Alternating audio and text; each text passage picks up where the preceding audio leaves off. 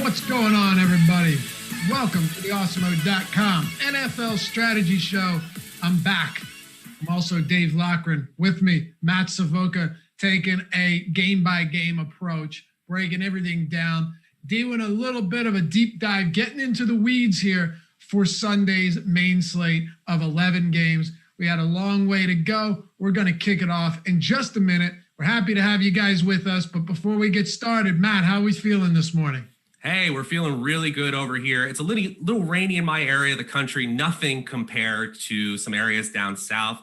Just thinking about the New Orleans area while Zeta kind of works its way through. It might affect weather for Sunday. We were talking a little bit before that. But before we get into the football, just want to say, hope all of you are well and good and you're healthy. And now let's talk some football. Let's do it. Let's do it. Hey, one thing. I saw some comments in a couple of the other strategy shows about the ads.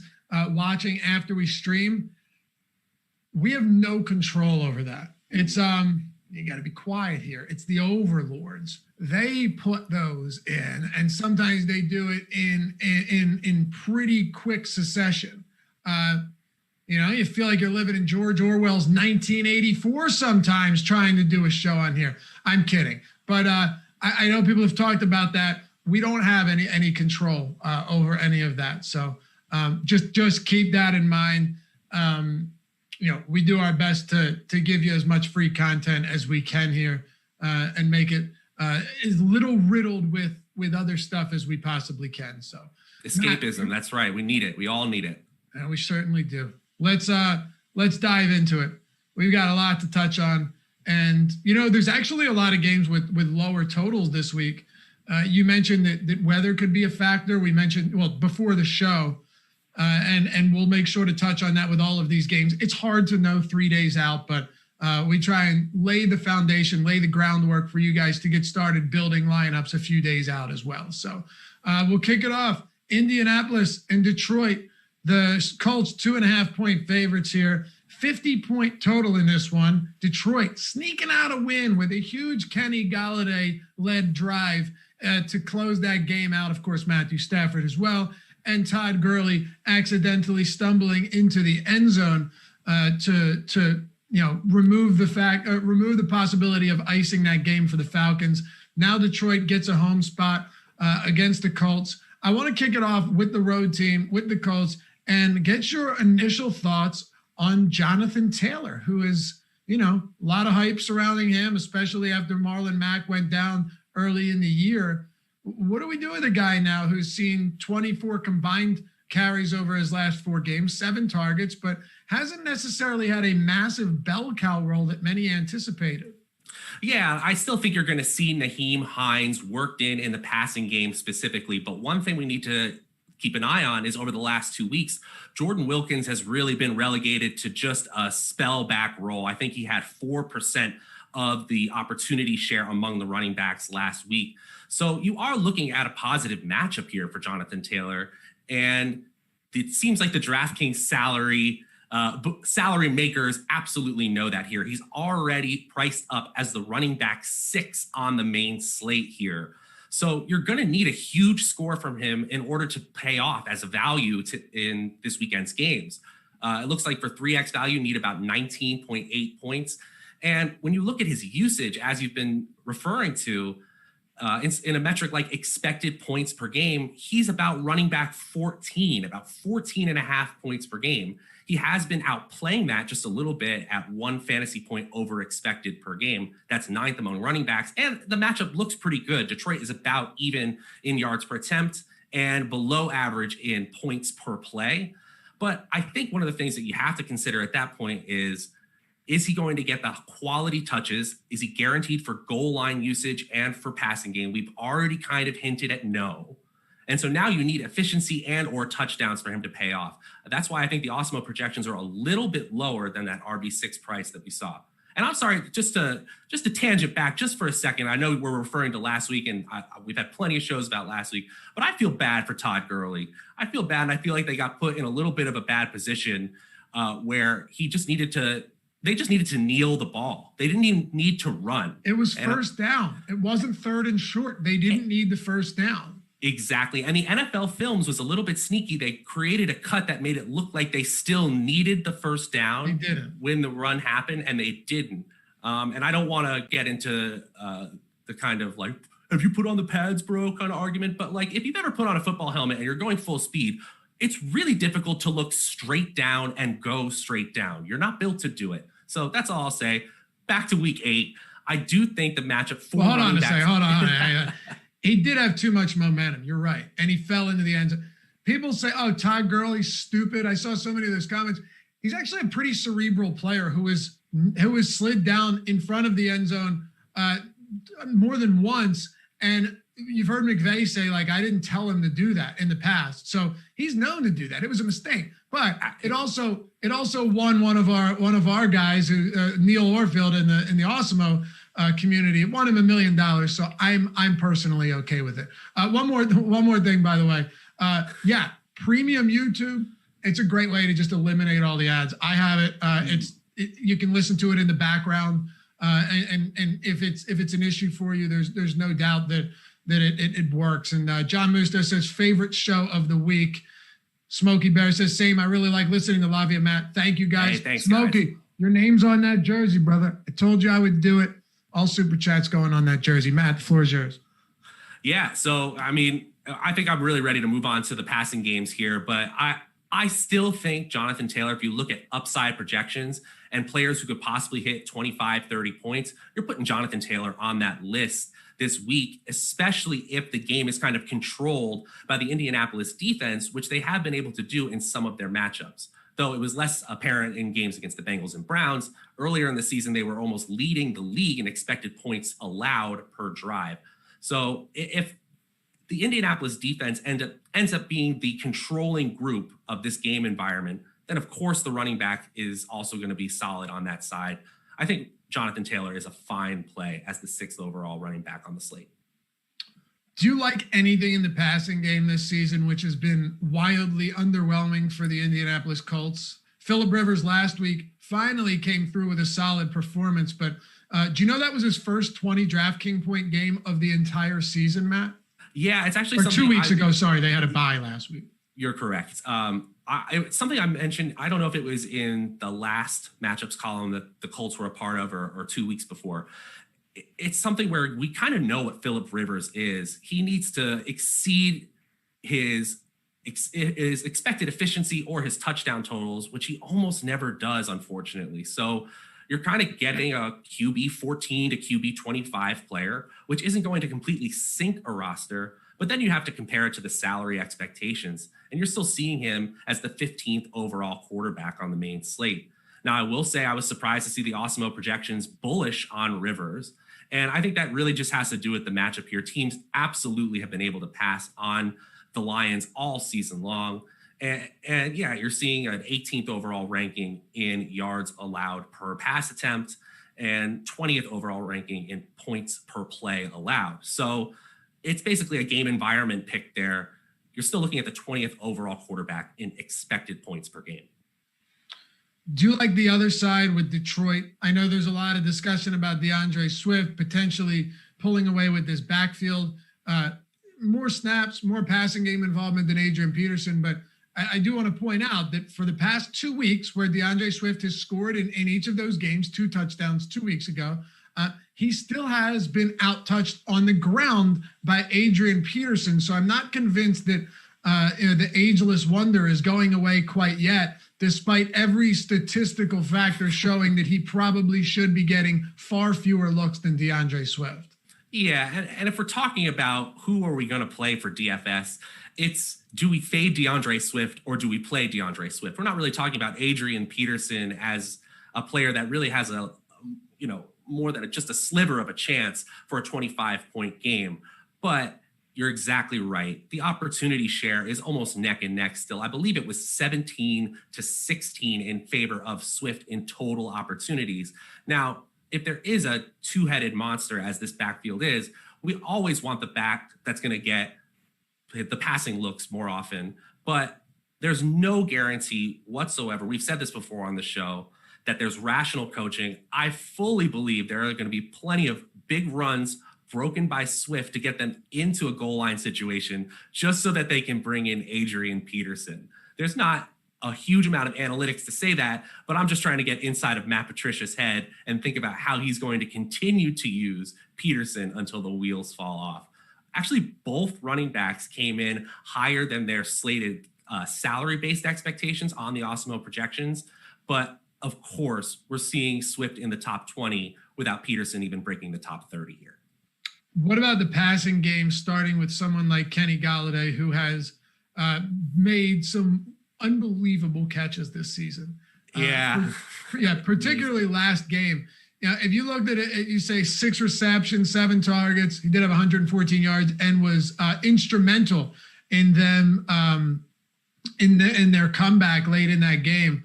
But the catches he made were absurd. And Kenny Galladay's never been known as someone that gets a ton of separation on targets in his receptions. He just comes down with almost all of his contested opportunities. He's $6,600 on DraftKings, highest priced receiver in this game by a mile. Do you like him this week? And how do you feel about a Detroit passing game that in large part has been lacking volume? 36 or fewer pass attempts in all but one game this season for Stafford, and that came all the way back in week 1 against the Chicago Bears. Yep, you're exactly right. And this is something that I mentioned in my matchups column that just came out on Awesemo.com this morning here, that the Lions don't particularly want to be the stereotype that we usually give to Matt Stafford. They don't want to be a gunslinging team. So they essentially are a team that's devoted to using these 2 running backs that we already mentioned and throwing the ball up in contested situations to their 2 main receivers, Kenny Golladay and TJ Hawkinson. Now, I really like Kenny Galladay's upside here. I mean, if you look at players who can score 30 points in any matchups, particularly a plus matchup, which this one doesn't really happen to be, it's about average, Kenny Golladay is always going to make that list. Even considering price here, I think you could absolutely make a case for him being one of the highest probability touchdown scorers at the wide receiver position. And like you said, I mean, I actually tweeted it out from my Twitter timeline. Follow me at Draftaholic.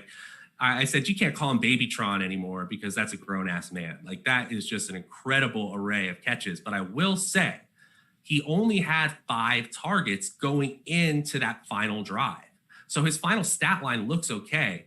But as you mentioned before, the volume overall on this team is lacking. So you're really looking for efficiency or touchdowns. I've said it already today. That first comes with Golladay. As expected, though. Go ahead. I saw the Awesemo projections, and they are ahead of his 10th overall salary. So I think it absolutely happened, and so do the projections this week. The volume is the only concern here. That's really it for me, because Golladay is going to come down with some remarkable catches, and he's still going to be the most heavily targeted player on this team. I don't think either of us have any arguments in that respect. It's just, we know that if they can run the ball, they're going to run the ball. And it's kind of disappointing unless we get more from DeAndre Swift. Matthew Erickson, thank you for the super chat, brother. He says, best DFS preview show on the internet and best Awesemo show. Man, that is high praise. Hey, thank you. Love Matt's thoroughness and insight, and Laffy is the GOAT host. You're going on the jersey, Matt. I'm a man of my word right after this show. Maybe I'll even do it in a minute. Thanks, though, man. So, anybody else for Detroit? And then I want to get to this Vikings-Packers game, which is super juicy. Oh, I mean, you have to consider TJ Hawkinson, but the hard thing this week is that he's the 5th tight end in terms of salary this week. That's really tough when you're talking about a generally low-volume team and you're banking on touchdowns. Now, the positives here, he's had 9 red zone targets this season, 6 end zone targets. He actually leads the team in red zone targets, up over 26%. So, of course, 2 touchdowns are possible, but banking on that, he needs 16 points for a 3x value day on DraftKings this week. That's really tough to do. It might be an interesting tournament play because he looks like he's going to have like 0.5 to 0.2% ownership. So just to differentiate your lineup there. But again, when you just compare the projection to the salary, it doesn't look great. It doesn't. Let's talk about Minnesota and Green Bay. I'm pretty excited about this one for a number of reasons. Packers are laying 7 points at home. That makes sense. I do think this game should stay relatively competitive, despite what we've seen early in the season. 51-point total. Dalvin Cook, last I saw, he expects to play. Cook said he's going to play. Zimmer said he's going to play. I believe Dalvin Cook said there's 99.999% chance that he'll be active.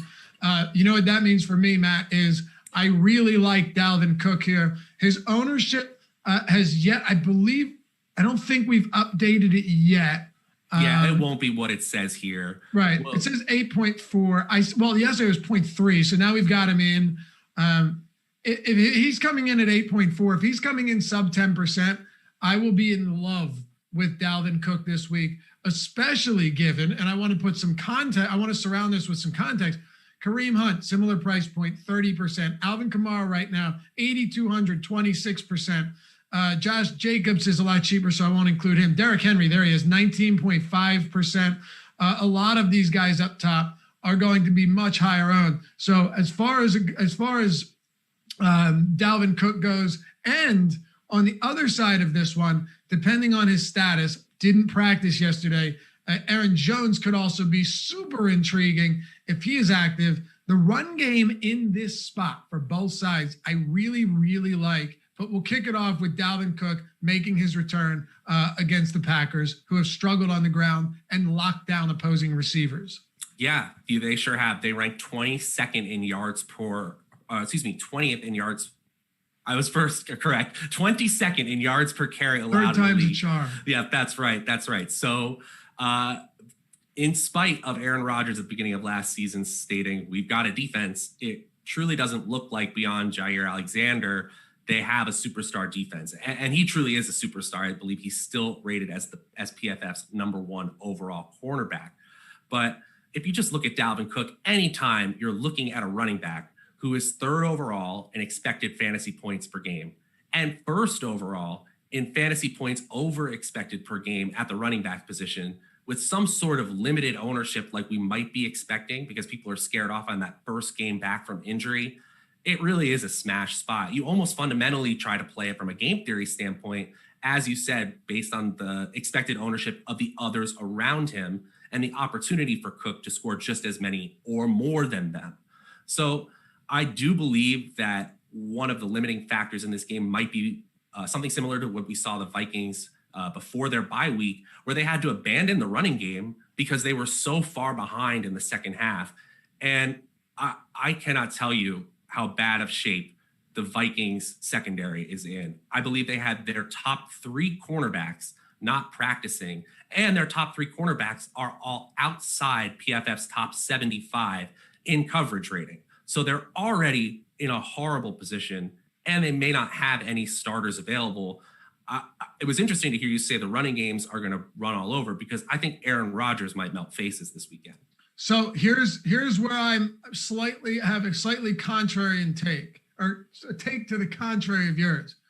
We're expecting near 30-mile-per-hour winds, sustained winds in Green Bay, at least from what I'm seeing. If that is the case, as good as Aaron Rodgers is, and look, we know that he can combat any of the natural elements. I take nothing away from him. But if that is the case, these are not 10-mile-per-hour winds. I think Tony mentioned it in chat too. If you're getting 25+ mile-per-hour winds sustained, I don't care who you are. That is a very tough environment to sling the football. That's all I'm saying. Absolutely. And I'm smirking here because right before the show, Dave was saying that he can't trust these weather reports 3 days before, but it absolutely is the truth. If we get that weather that they are expecting right now, I trust the wind. I don't trust the rain. I feel that's a good point. It's always far more predictable than the rain. Maybe I'm totally wrong, but doesn't it kind of feel that way? Like when they say it's going to be windy, it's always windy. When they say it's going to rain, it doesn't always rain. I'd love to see some sort of data study from someone smarter than me on that. That'd be great. I just feel confident. But we absolutely have to mention it in terms of how it would affect the passing and kicking and offensive game in general. If that were the case, if we have those sustained winds, you can't pass deep. And then you're right. We're a little bit less sure of the rain situation. But if that's the kind of weather we get, that's the game environment we're going to be playing in, the running games will obviously be bumped up in that situation. Yeah. And look, as you put it, melting faces is certainly a possibility for Aaron Rodgers. No question there. But I think melting this this run defense could also be very much in the cards for Dalvin Cook. But we have to consider ownership here too, Matt. Like if Dalvin Cook really does come in at 8% or sub 10% in this spot against a team in Green Bay who we could talk about the potential blowout, but I'm not going to base everything on that because a lot of blowouts or projected blowouts don't end up that way. That a team in Green Bay that really funnels opposing offenses through the ground instead of through the air. 8% ownership on Dalvin Cook could be one of the best steals of the week, in my opinion, at least. I'm totally with you there. What else are you doing with Minnesota?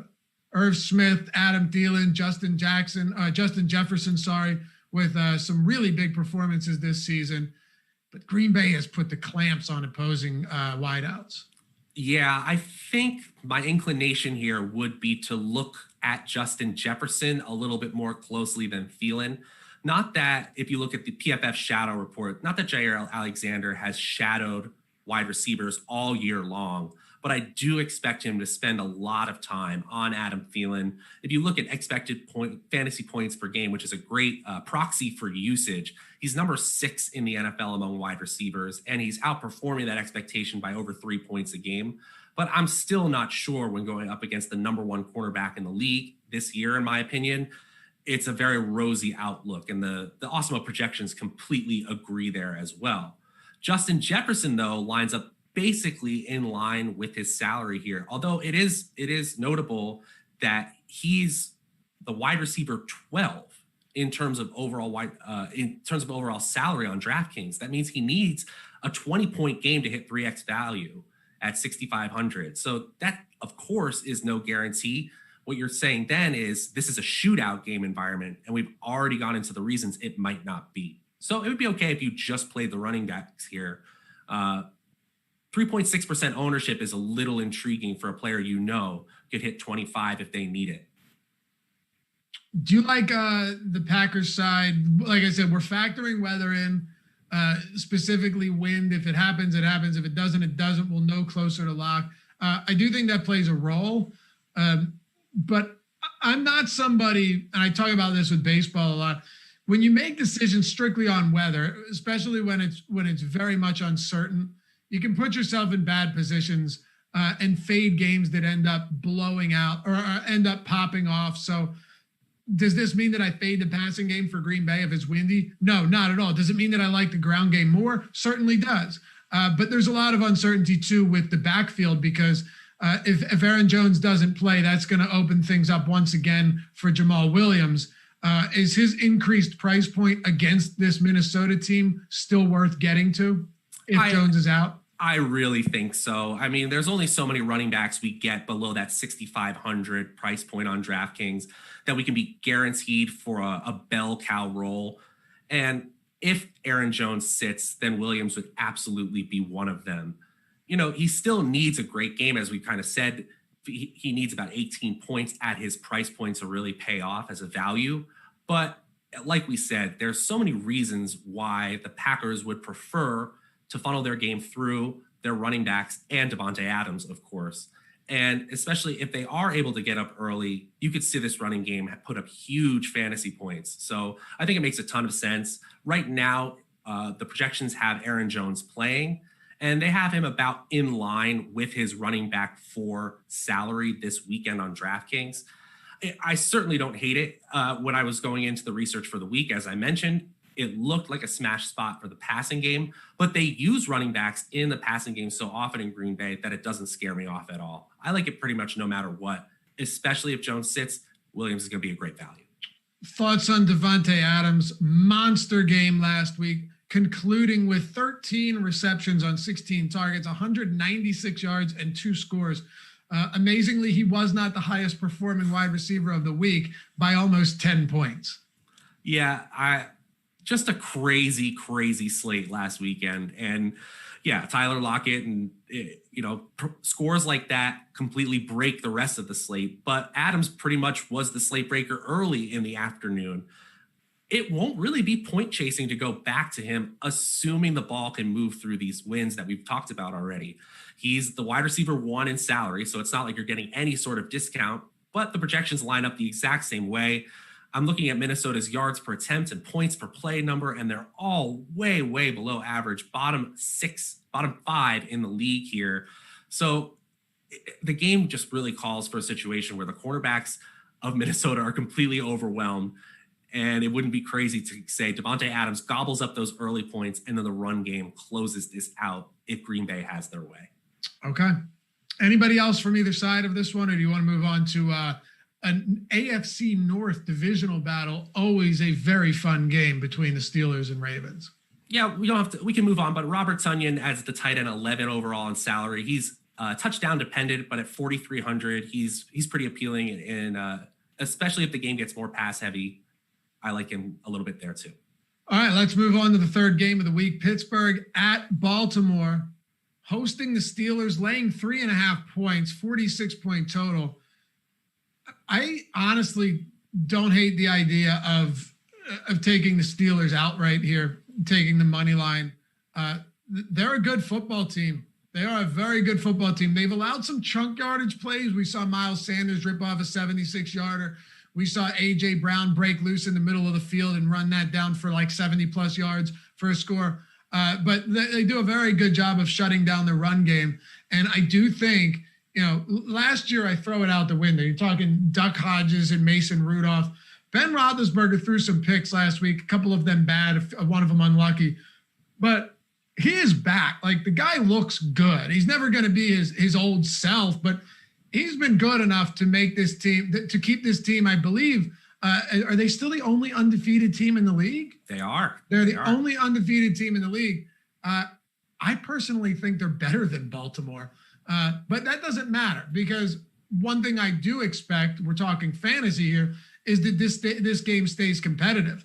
I just can't say that I'm in love with the Baltimore side. Last week, I was really liking that Pittsburgh-Tennessee game because it had a possibility of going off. We got close. We had 2 big performances, but not as a whole. Now you look at this one, you've got Lamar, you've got Deontay Johnson, hopefully going to be healthy. Who knows when he's healthy? He's questionable now. Mark Ingram is questionable to play, didn't participate yesterday despite having a bye in week 7. So just kind of setting the table here, Matt, there are a lot of question marks, and maybe depending on some of the inactives or actives, this game could actually be more appealing than it looks on a Thursday morning.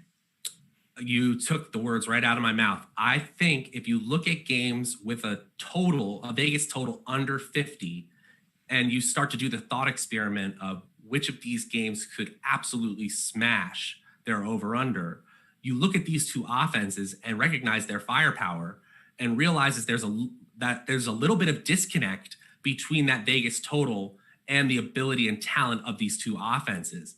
Now, I'm not taking anything away from the bookmakers. They're looking at the range of outcomes and just taking the middle of it so that they can get equal bets on either side here. But I think this is one of those situations where no one would be surprised if 65 points got put up in this game. Is that the most likely outcome? No. I think the defenses are really, really strong on both sides. But as you refer to, if the Steelers end up giving up a huge run or just one breakaway play that opens up the game for Baltimore, that's going to force that offense that has 3 legitimate wide receiver weapons and James Conner in the backfield, who's been great since that week 1 injury. They have enough ability to come back in games, and each team also obviously loves to play when ahead, choosing to chew out the clock, focus on their defense, and running the ball.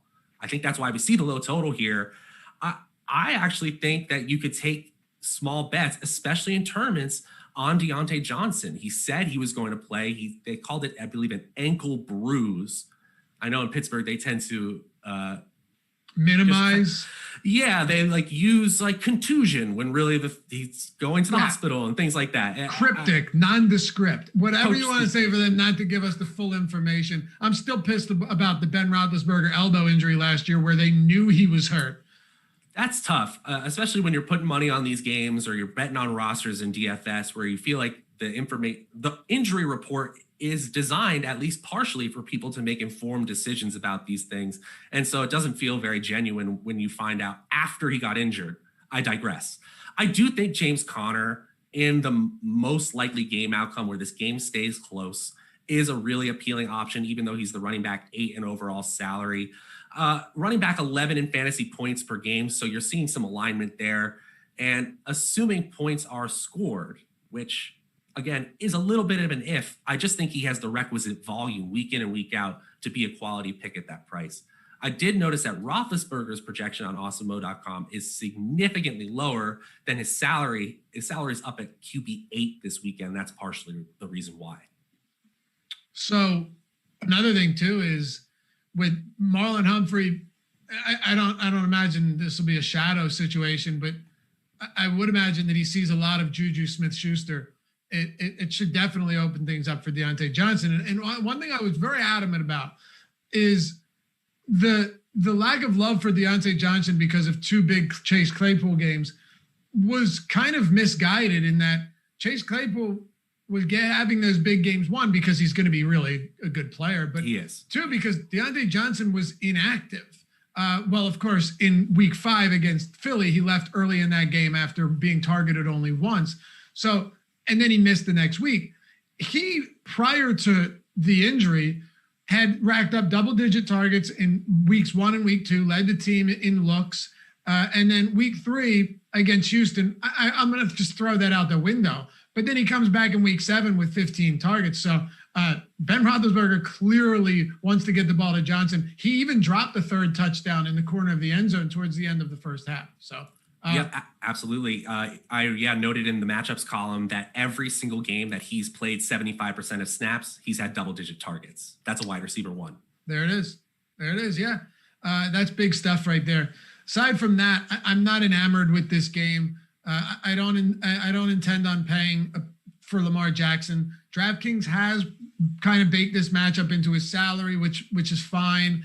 I don't know. All in all, just not a game I'm particularly high on. And then the problem is that even if we'll close it out with this, Matt, and get your take. Even if Ingram happens to sit, J.K. Dobbins and Gus Edwards probably split work, and you might even see more Gus Edwards than Dobbins. I honestly don't know. Dobbins apparently, or they've said that Gus Edwards is the guy that's going to close out the games anyway, called him their closer. It's not a good matchup. So you have to get the guy right, and from a volume standpoint, and then you have to get him right, as Ben Rossa would say, you need both from the matchup perspective and actually get production out of him. It's tough, and it's not really a spot I'm interested in getting to. What are you doing here? You can round this game out for us. Yeah, that's a great point about needing to get both the opportunity right and the game environment right instead of just one of those two things. It always gets tougher at that point. I love that idea. And I also love the idea of using a running back as a quote unquote closer, like they're talking about, where they have somebody who's fresh. I know there's all this talk about Derrick Henry gets stronger in the 4th quarter, and show me the study where that's true, and I'll believe you. But I think there's a great concept in having somebody as strong and as able as Gus Edwards has been. He's been pretty efficient in terms of running back expected points added, especially. He really shines. But I completely agree with the take there. Figuring out the opportunity is going to be really, really tough. And we don't even know if it's going to be a good game for running backs. I will say, I do like Lamar Jackson in weeks that he's coming in under-owned. Because again, if we look at players who can just break the slate with a 35 to 40 point quarterback score, Lamar Jackson is always going to be on that list. Of course, it doesn't look like a very good matchup, but I'm seeing 2% ownership from the NFL MVP. He's not hurt. He's still playing with most of his weapons. He still has a strong line and a strong running game. So, like you said, we've seen some breakaway plays against the Pittsburgh defense. It's not the craziest bet. His projection's right in line with that QB4 salary on DraftKings this weekend. All right. So if we're talking Tennessee and Cincinnati, this is certainly a game that could go nuclear. And maybe it won't, maybe it will. We're about to find out in a few days. As we look at our Awesemo top stack tool, we have ownership coming in on these quarterbacks at, so we've got Cincinnati at 10%, third highest, Tennessee at 7.4. There will be ownership in this game. Make no mistakes about it. But the Tennessee Titans, and I said this the past couple of weeks, the scoring in their games has been very high. Last week, sure, only 51 total points, but it still went over the 50.5-point total that it closed at. We saw 78 points against Houston, even take away the 6 points in overtime, and you still got a very high scoring game. 58 points in the Buffalo game, 61 against Minnesota, 66 against Jacksonville. That's going all the way back to week 2. Meanwhile, Cincinnati can't stop anybody, Matt. So it does feel like, despite some popularity here among these players, it does feel like we have a potential real recipe for success, especially when you consider Joe Burrow has thrown for 300 plus yards in 5 of his last 6 games, culminating last week in a 400 yards, 3 touchdown performance in a loss. Yeah, it's tough for Joe Burrow because the team around him is just not ready to win, as the record indicates here. But he is going to be fine. They do have weapons there, and I think T. Higgins is going to be a strong player, and the reemergence of AJ Green is absolutely a great thing to see. One thing that I noticed as I was digging into the data this week, and you can actually look at this on the data deep dive on the Awesemo.com NFL page, is that if you look at some of the aggression metrics that I tend to use to try to suss out the identities of teams, of course, we see extra running plays for the Titans. But I noticed that if you look at their neutral situations and what they do on early downs, they actually are quite aggressive in terms of how many air yards they tend to throw at. And they're right at league average in terms of their early down pass rate, which indicates they're using play action. They're using the fact that they have a strong running game in Derrick Henry to their advantage to be more aggressive as a team. In fact, the closest teams in terms of aggressiveness, again, you can check this all out on this free article on Awesemo every week. The closest teams, if you look at the graph, are the Chiefs and the Bills, 2 teams that we think of as very aggressive, pass-happy teams. Basically what I'm saying is that the Titans use Derrick Henry the exact amount you should use a player like Derrick Henry. That means giving him a bunch of carries in any type of situation. But they have figured out a way to be aggressive. And in a matchup against Cincinnati, who, as you said, has been one of the worst teams in the league in almost any metric you look at, you can expect some splash plays from this team. And on the other side of the ball, you have a player who's throwing the ball 40 plus times a game, who they seem to want to have throwing for 400 yards a game. This is all the recipes for a shootout, so long as the weather can hold up. We're bringing it up again, but I noticed that Roto Grinders weather and some of the other tweets I saw was showing that there was a lot of opportunities for weather-related problems with this game. Sorry, my dog gets really scared in thunderstorms, and she was scratching at the door. I keep it closed to keep the lighting right. And I can ramble about these games forever, so I got you. But I'm glad you're good. I appreciate it. I had to carry her in here. I knocked something off the shelf. She gets super spooked, but I had to get her up over something because of the lighting setup and everything. But yeah, so I'm telling you, certain dogs just cannot handle thunderstorms. You have a pit, yeah, right? And a lot of pits cannot handle. She's a pit mix. She has some pit Rottweiler and Lab. Certain dogs can't. Pit bulls specifically, a lot of them have a very tough time with that. And fireworks, she's not good with fireworks. So, hey, a little free pit mix advice. My family got. Do you know what a thunder jacket is? Yeah, I do actually. As a matter of fact, I wrap her up in some blankets sometimes too. But do they work? It works. It works. It's these weighted blankets. I'm sure you can find it on Amazon. It absolutely helps. Awesome. There you go. Maybe I'll do it. John says dogs over people, Laffy. You got it, brother. You got it. Look, I heard everything you said though, and I agree. Burrow doesn't have the cast around him to get it done, but he does have the cast to score points, right? Absolutely. And that's what makes a great game stack, where you say, hey, the team overall kind of stinks, and they're probably going to lose this game, maybe by a touchdown, maybe by more, maybe by less, but they're probably going to score points as well. And the Tennessee Titans have been no stranger to ceding a decent amount of points, right? 27, 36, 16 to Buffalo, 30 and 30. They give up, that's a lot of points even in 2020. So AJ Green's another one, doesn't get a lot of separation, but it does appear that he's finally finding some synergy and some connection or chemistry, I should say, with Joe Burrow. You know, Joe Burrow has certainly looked at him a lot. I said on yesterday's show with Matt Gajewski and Kyle Dvorchak something that's pretty crazy.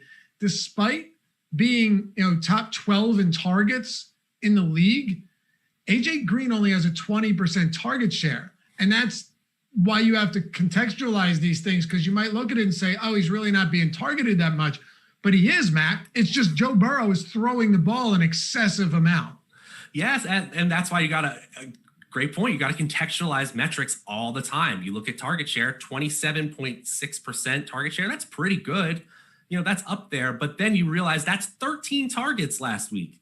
That's a tremendous amount of volume. And in a situation where Tennessee is basically at league average or below in yards per carry allowed, yards per attempt allowed, and points per play allowed. And the fact that the pacing could be very high in this game, I just really like the way this sets up. And in fact, the Awesemo projections are really bullish on Green. Yes, if you look at expected fantasy points, he's like 54th among wide receivers and has scored, get this, -5.5 fantasy points per game below expectation. It's been ugly, but I think it's getting better. I really do. And if you're done with AJ Green and you want to move off to T. Higgins, who, by the way, is priced up a little bit more. He's the 22nd wide receiver in salary, and Tyler Boyd's up there at 10th in salary. That's the risk you're taking on, but I don't blame you at all. Like you said, if there's anywhere on the team that the Bengals do have weaponry, it's in the receiving game, and this is a game environment we should probably be taking advantage of. Simple as that. Yep. Favorite plays from this game, both sides. We'll keep it quick so we can keep it moving here, but top plays, just encapsulate everything for us, because I think this could be an integral game in deciding the results of tournaments this week.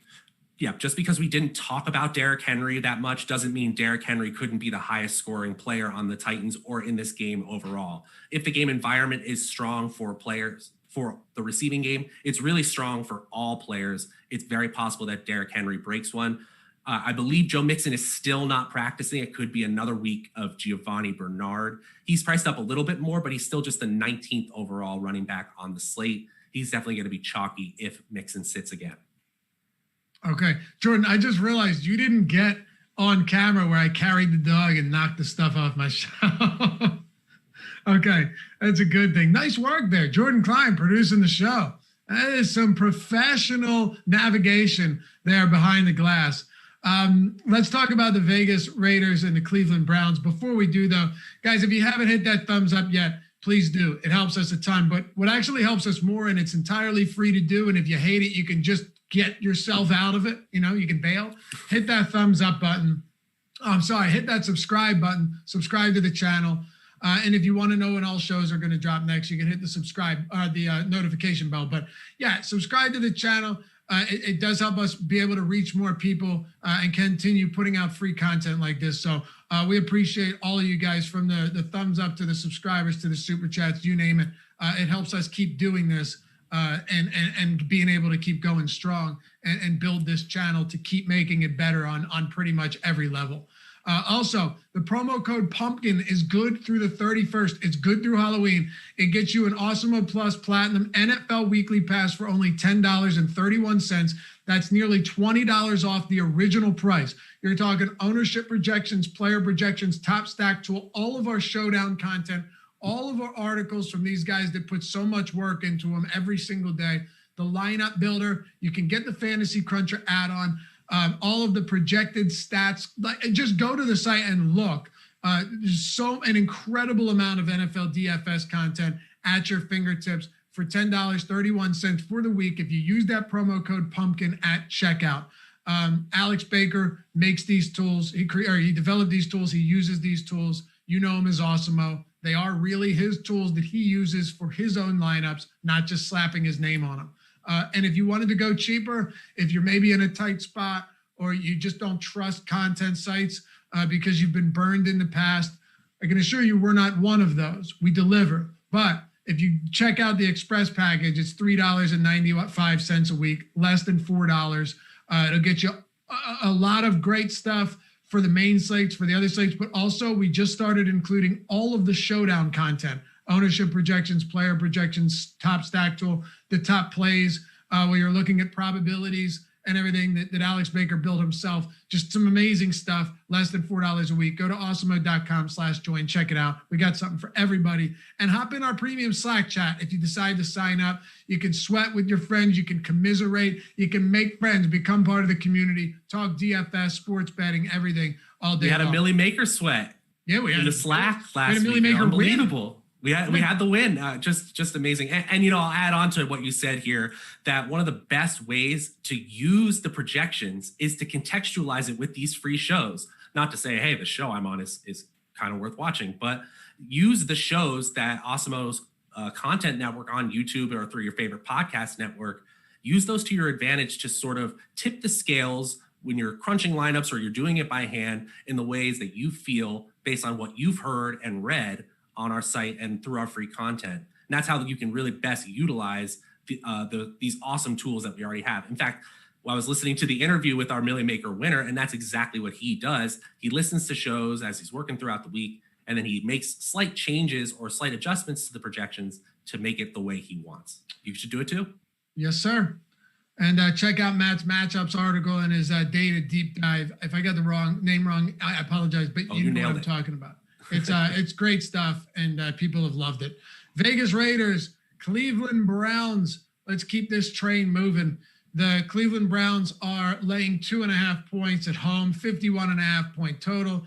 Baker Mayfield coming off by far his best performance of the season, tossing 5 touchdowns and 297 yards on only 28 attempts, 22 completions.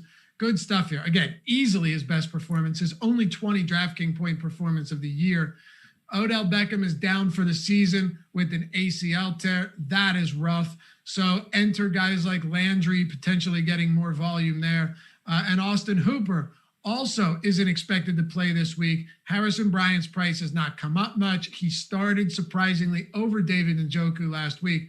A lot of moving parts here, but the biggest one to start with is with Nick Chubb still on the IR. Kareem Hunt is going to get a lot of ownership, and I think very rightfully so. Absolutely. I said in the matchups column this week, it's another Kareem Hunt auto start week. Just plug him in where it fits and move on with your lineups. It's really that simple this week. The matchup looks so good for running backs. And, especially if the Browns lean on their backfield, as the Kevin Stefanski offense tends to do anyway, and just lets Baker continue to just be efficient, hopefully, on limited attempts, you're just going to want this backfield, especially if it's all of Kareem Hunt's as it is this week. So it really is a no-brainer play against a team in the Raiders that has been really struggling in terms of against the run, plays against the run this week. But I also want to say in the passing game that Jarvis Landry is certainly not priced like a wide receiver one yet. I understand the uncertainty about the passing game in general with Odell Beckham Jr. going down. I thought there were some really insensitive remarks in the media saying that the team might be better off without Odell Beckham. I mean, it's just not true from a talent perspective, period. I really hope for the Browns' sake that Jarvis Landry is pretty much healed from that hip surgery that really slowed him down early in the season. But I think more likely is they're going to need contributions from players like Rashard Higgins, from players like Donovan Peoples-Jones, who had an incredible touchdown at the end of last game. I mean, that's just an amazing play. Hats off to Baker, too, for an incredible throw and drive. We've already waxed poetic about Matt Stafford's 75-yard drive. Baker Mayfield did it with no timeouts and in less time. So, it was great to see the ceiling of Baker Mayfield once again. Now, it was against the Bengals, who, in terms of yards per attempt allowed, they're one of the worst in the league. So not every matchup is like that, but this is setting up for a matchup similar to it. So I really think that you could get a solid stack with Baker Mayfield and Jarvis Landry, or if you wanted to go some of those lower priced options, Harrison Bryant makes a lot of sense again. Yeah, like you said, he's not priced up. He's tight end 27 overall in salary. And I think there are a lot worse options, especially at 3,200 on the main slate. So on the other side of this one, you've got, and by the way, I don't care about Kareem Hunt's ownership this week. It's just, ownership's important, but there are certain spots that are just extraordinarily good, and he's not overpriced. Like, you could be arguing that Kareem Hunt should be priced among the top players up into that 7K range for obvious reasons, being that, since Nick Chubb went down, you're seeing a lot of volume. I don't include the Dallas game because he was banged up and they didn't need to, but the following week he had 24 looks, 20 carries, 4 targets, 16 the game prior to that, but they got blown out. So he wasn't used frequently late in the game, as he shouldn't have been. But then last week in another competitive affair, 22 looks, 18 attempts and 4 targets. It's a very, very distinct possibility that Kareem Hunt has 20 carries and 5 targets this week and ends up being a volume monster, as we've seen him capable of doing. So I really do like him. On the other side, you've got the Raiders projected at the highest quarterback ownership on the slate right now. Derek Carr at 17.5%. Pretty remarkable stuff. Actually, let me see something, because I think we updated the ownership. I'm seeing about 12% now, but it's still way up there. In the top stack tool, he's still at 17.5. But yes, I think we just need to update that one, and then it will balance itself out. So we'll go with we're going to go with the ownership. So would you say 12%, 11%? Yeah, but that's still second among quarterbacks, 11.7%. It's very high for a quarterback. The issue here is, who do you really pair him with outside of Darren Waller, who for very obvious reasons is getting the second highest projected ownership on this slate? Because once you get past Waller, and we still have to talk about Jacobs, you're looking at Henry Ruggs, who's running a lot of routes, but the targets haven't been there. And Nelson Aguilar, whose price has come up, has had popped off for a couple of games, but is still, when it all boils down to it, Nelson Aguilar. Yeah, exactly. We're still not moving off our priors about what he was in Philadelphia just yet, but we have seen Derek Carr kind of lean on these tertiary options for big plays. If you remember the Seth Roberts years, even as Michael Crabtree and Amari Cooper were producing, he had a ton of goal line and red zone work that you wouldn't expect there. So that's just something to keep in mind. You're absolutely right, though. Darren Waller is the first player that you should have in mind here when you're thinking of stacking the really strong value of Derek Carr with one of his pass catchers. Since week 3, he's up at 22% of the targets, 31% of the red zone targets, and he's number 3 among tight ends in expected fantasy points per game. So at 4th in salary, we've got Kittle, we've got Kelsey, and we've got Andrews on the slate this week. You're seeing a little bit of a value play, which is why you're seeing that sky-high ownership at 29%. Now, you mentioned it before. Not all contest formats do we even have to consider ownership. It's really just tournaments, and specifically tournaments with lots of people in it, that we need to really leverage ownership correctly here. But it is a little nervous when you see a tight end at 29% expected ownership, because I don't really feel like there's any tight end in the world who has a 29% chance of hitting their ceiling every week. But he's still a phenomenal play against a Browns defense that has really struggled against the pass, as we saw last week in Joe Burrow's game. So another game in the Midwest where wind could be an issue. I don't know. The ground game is just really appealing here for me. I like Josh Jacobs. I think he's underpriced. I like Kareem Hunt a lot. And Darren Waller is still a strong option, but I will buy into the chalk on this and go back and forth with these two running backs. I think you likely get a competitive game. At least that's the way Vegas views it right now. That's my favorite element here. And then of course, you talk about Darren Waller, strong play always, particularly in this matchup. Where are your top options from this game? And if you want to touch on Jacobs a little more, that works too. Yeah, we got to mention that Jacobs was used really differently in week 7 than he had previously been used. They used Devontae Booker a lot more. In fact, Jacobs only played on 51.5% of the snaps for the Raiders. He got 10 carries. That was his lowest of the season.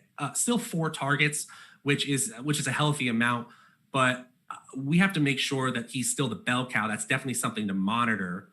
He's priced a little bit down this week at running back 12 in terms of the DraftKings salary this weekend, which most gamers are seeing as a bit of a value. I saw that he's the third highest running back in salary. So it seems like the assumption is that they were just playing the Buccaneers and the Raiders were trying to do something different with the backfield. Well, they also got shit on. He didn't see a single touch in the fourth quarter and only 3 in the third. So I think you can contextualize it that way, but I would prefer a running back that even if they're getting blown out in the fourth quarter, they're on the field trying to get passes and whatnot. Still, you see a touch floor of about 14 to 16 for Jacobs. That's still great at the running back 12 salary. All right. If we keep it moving to the New England Patriots and Buffalo Bills, things are about to get ugly. New England is getting 4 points against Buffalo, 42.5 point total, one of the lowest totals of the season. It's just an all-around ugly game, Matt. Cam Newton has been god-awful. I mean, he just looks absolutely terrible. And I'm not sure how many excuses you can make for him at this point. Belichick said that, he is the starter going forward, so that's fine. And a lot of that is because who the hell else are you going to throw in there that's going to be any better? 0 touchdowns to 5 interceptions over his last 2 games. He's thrown for a combined 250 some yards, 55 yards over that span. It's been heinous watching this offense operate. Julian Edelman has been virtually invisible as a result of the just completely ineffective passing game. James White, you haven't heard his name. Ultimately, the New England offense over the last 3 weeks has scored a total of 28 points and is basically, outside of that one game from Harris on the ground against the Kansas City Chiefs, been completely unusable across the board. Yeah, it's a different time in New England. What else can we say? You still have to look at Cam Newton as a rusher, as someone that you need to consider in fantasy football every week, especially. See, I will not.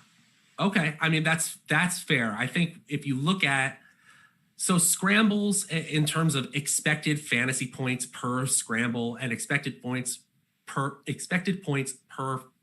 designed quarterback rush, they're some of the highest value touches in the game. And Cam Newton just gets a ton of them. If you look at some of the open source models out there in the data nerd world that I love to check out, and you look at a stat called pass rate over or under expectation, the Patriots are running away with the lowest pass rate under expectation, as you might expect. So one of the things that we could look at is just as a rusher, Cam Newton is special in terms of expectation for quarterbacks. I don't know if you can trust him anymore. He's at minus 2.5 fantasy points below expectation per game, but he's still the quarterback 6 in expected fantasy points. That's a product of usage, again, because of that rushing game. But I don't think you want to touch those passing game options. In fact, since week 3, I get it that there was some other non-Cam quarterbacks during that time. The highest target percentage has gone to James White, who didn't even play in all their games. He only played in 3. Even Julian Edelman and Damiere Byrd, they have basically had their targets move towards each other. Edelman's at 19% of the targets and Byrd's at 17%. So figuring out who to even target in a stack is getting tougher and tougher. I completely understand why it's all stay away.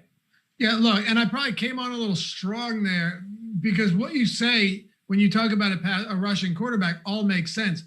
But the problem is, and you just illustrated it right there, is I'm not playing him in cash where, once in a while you might run a naked quarterback out there without any pass catchers. I just don't, I don't feel the need to do that in a game where the Patriots have an implied total. What's their implied total? It's, I lost it, but it's not 19 good. 19.25. Yeah. And then if it's tournaments, the quarterbacks that are winning tournaments right now are going for 30 plus. And while Cam Newton can certainly produce with his legs, can he give you enough to get him there? And I guess if you want to reference the Seattle game, fine, but that certainly feels like an outlier right now. There's been questions of whether or not COVID affected his performance. I don't know, man. I'm going to lean on the side of no, but maybe I'm wrong. Maybe it has. Ultimately, though, if I'm playing him in tournaments, I probably have to pair him with someone, and you just laid it out. who the hell with any level of confidence can we pair Cam Newton with right now? Yeah, if you look at the data deep dive that I posted this week, they're about league average. If you look at them in terms of consolidated opportunity share, they're right in the center for stacks of 2, obviously with Edelman and Bird there.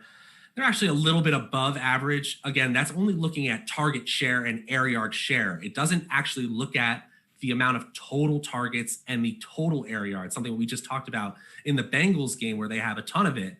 And as we just referred to before with that pass rate over expectation, or under, I should say, the Patriots just don't have enough overall volume to trust players. So I've said it before, you need efficiency or multiple touchdowns. And we just can't figure out who that is on a week-to-week basis. So I think I might have some Cam Newton in tournaments. I think, again, if you're making a list of who can score 30 points, I think you might scribble Cam's name on at the very end and plug your nose and play in some situations here. And if you look at things on the other side of the ball, we know that the Bills theoretically could air the ball out, score 30 points, and force the Patriots into some sort of second half comeback. That would be the only game situation that I'm creating lineups for, where I'm creating traditional passing stacks with Cam Newton. All right. On the other side of this one with Buffalo, we can't exactly say that Josh Allen's performance has been stellar over the previous few weeks either.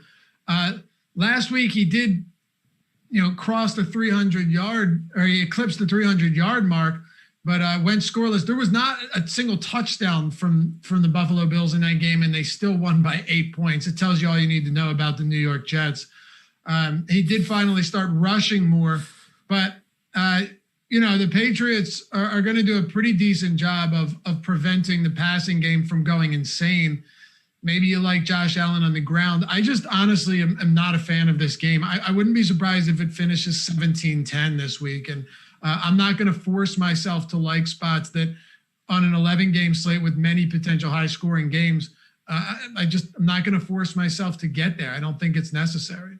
Yeah, I think you're right on here. And I apologize, I didn't look up the study recently, but I have read it recently, read it in the past, that games that are divisional games that have weather expectations hit the under, as you might expect, more often than the typical game at their total. So it's a situation where I think you look at the probability of this game going under is a little bit higher than some of the other plays around it. And it already has such a low total to begin with.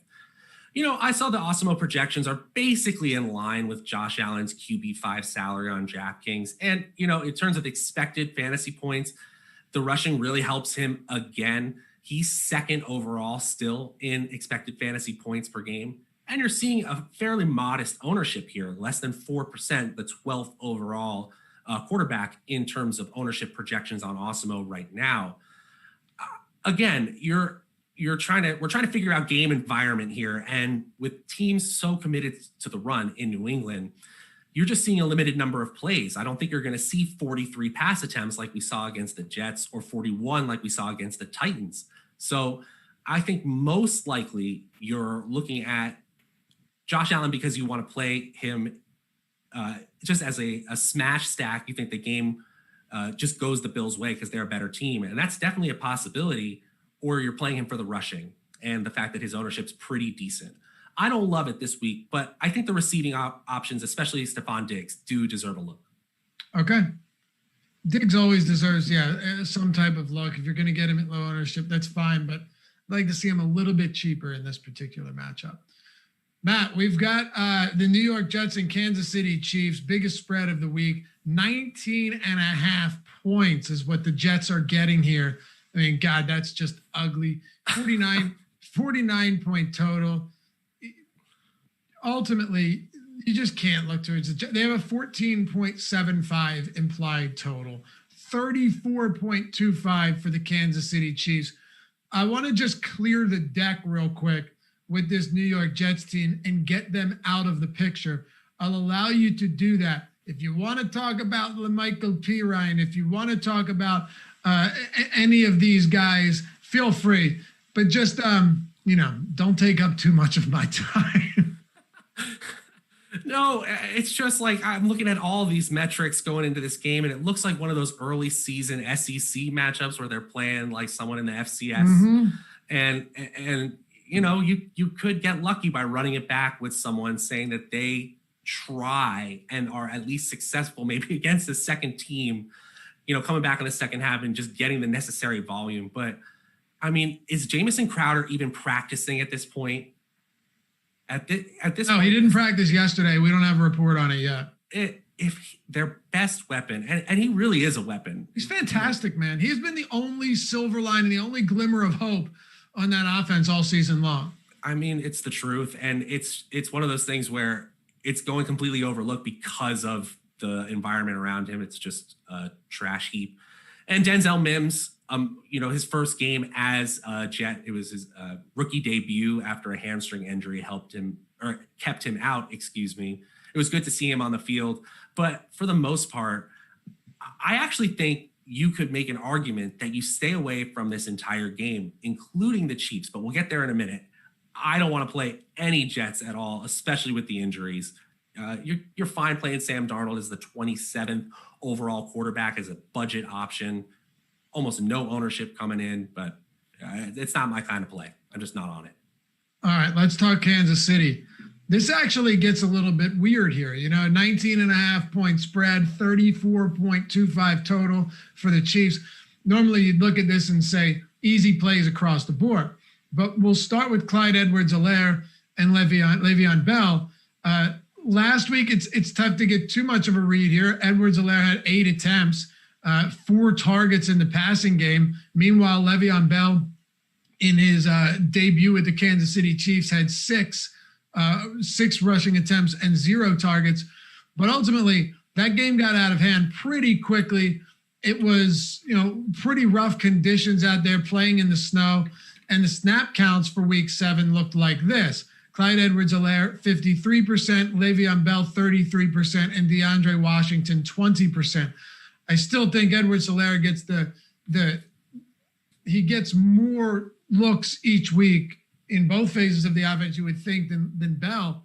But I can't tell you in a spot where they're such massive favorites that I'm terribly happy about looking towards anyone in this run game, unless maybe Edwards-Helaire does it early.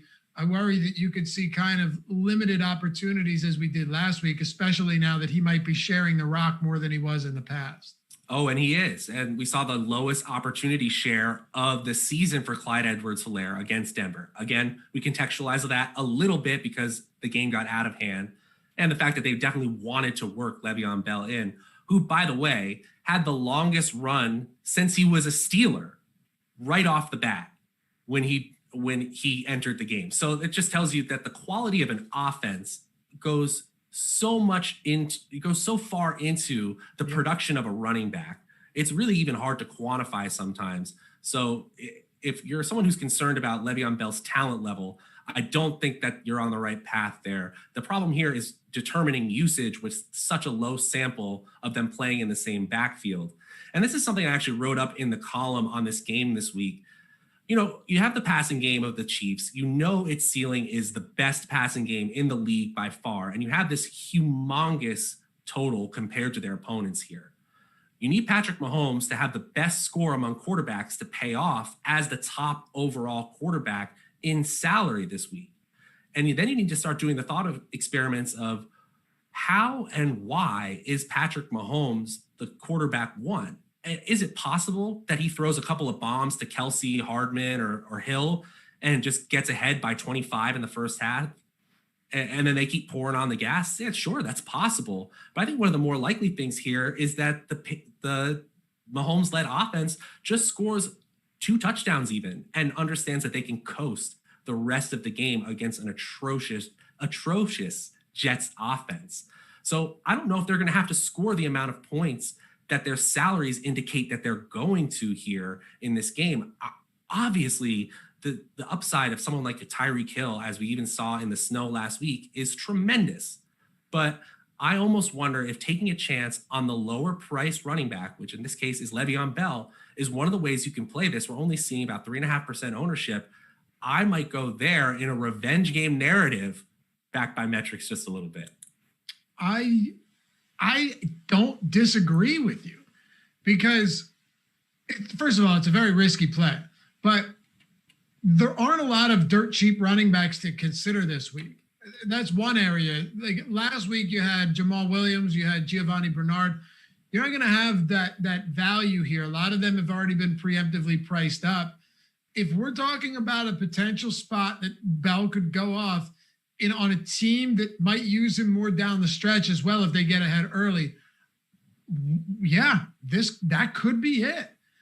It's highly risky. You know, last week you and I talked about, hey, you never know. It could be a Latavius Murray game because he's had spots where he's gotten 15 plus touches. Ended up not being the case. But, you know, sometimes you have to at least look at situations in that way. And of course, that was before we knew that Mixon was going to be out and before that we knew Jones was going to be out. That changed everything. But yeah, he still saw 12 opportunities, 12 touches, just didn't manufacture much. Le'Veon Bell might get those opportunities. Now, I say this about Tyreek Hill. Teams that coast still need to put up enough points to coast. The blowout factor in basketball is very similar. Yay, my guy didn't play the last 8 minutes. He didn't play his fourth quarter rotation, but he did so much in the first 3 quarters that I'm in good shape. You could see an instance where Tyreek Hill gets 2 monster 50-plus yard touchdowns in the first half, and that's all you need. So I'm a little higher on this Kansas City Chiefs team than you are, because blowouts are something I try not to factor in as much, knowing that there are absolutely instances where a team can rip off 300 yards and 4 passing touchdowns in the first half when they're 20-point favorites, if that makes sense. Yeah, how many of those Lamar Jackson games last year where he sat the fourth quarter did you want to have him in lineups? A lot of them. Right. Yeah, that's actually a great example. So it's undoubtedly possible. Is it probable? I honestly couldn't tell you yes or no. Probably not. But when you look at the top stacks tool, you see Kansas City right at the top there. There you go. So it's something where we're talking about possibilities, but when you quantify it into probabilities, the Chiefs tend to look darn good. Not surprised. Yep. So Tyreek Hill, Mahomes, Kelsey, I'm still not opposed to getting there just because they could, if they dropped 50 points on the Jets, I wouldn't be shocked. They'll probably take their foot off the gas if this game gets out of hand. But 3 quarters, no. I think through at least 3 quarters, this team is going to try and score as many points as possible. It's the NFL. That's how it works. That's right. Let's talk about the Rams and the Miami Dolphins. I don't really have a definitive lean towards this game all that much, and that might just mean that I don't have a ton of interest in it, Matt, but the Dolphins are getting 3.5 points at home. You got a 46-point over-under here, 24.7 implied for the Rams, 21.25 for the Dolphins. Tua Tagovailoa will be starting. Ryan Fitzpatrick, I salute you. Valiant effort. You did great. I love the guy. His team. The league is better with him in it, period. No doubt about it, Matt. No doubt about it. I love him. And he said he was pretty beat up over that, but he respects the opinion or the decision, and he's going to support his rookie quarterback. The guy is just a class act. And again, salute you, fella. But what are you doing with this game? Yeah, again, I respect the hell out of Ryan Fitzpatrick. And, it's a situation where this is one of the most high variance decisions by a front office and a coaching staff that you can really have in the middle of a season.